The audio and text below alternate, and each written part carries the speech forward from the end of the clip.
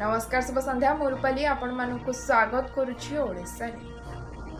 आज सावित्री अमावास्या थिबारु ओडिसार विभिन्न मंदिर मानकरे महिला माने दीप धूप फूल फल लुगा व्रत शंखा और सिंदूर नहीं स्वामी को दीर्घ आयुष कामना करी ही सावित्री व्रत पालन करिसेंति। आज सावित्री अमावास्या थिबारु ढेंकानाल कैवल्य बजार स्थित सिद्ध बलदेव जीव मंदिर रे सकाळु प्रबल भीड़ परिलक्षित होइथिला।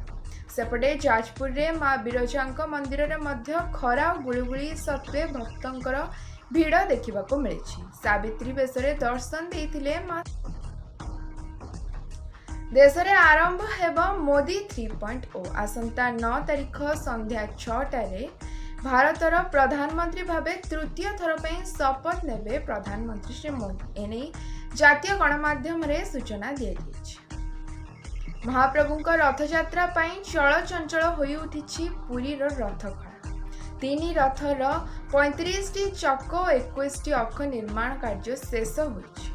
महाराणा सेवायतंक द्वारा जोरदार चली 3 रथर विभिन्न अंशर निर्माण कार्य। मुख्यमंत्री कार्यालय इस्तीफा देले 2 वरिष्ठ अवसरप्राप्त आईएएस अधिकारी।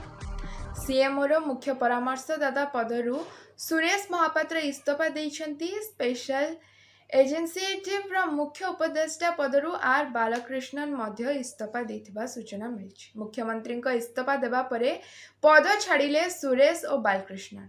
ओडिशा सरकार को इलेक्ट्रॉनिक्स एवं आईटी विभाग रो मुख्य सचिव मनोज कुमार मिश्र मध्य इस्तीफा देइछंती। राज्य रे चालू रही बीएसकेवाई कार्ड।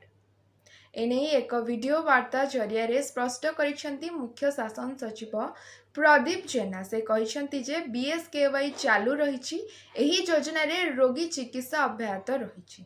बीएसकेवाई हिताधारी को हॉस्पिटल माने अवहेला करि परिबे नाही। आज पे एतिकी धन्यवाद। शुभ रात्रि।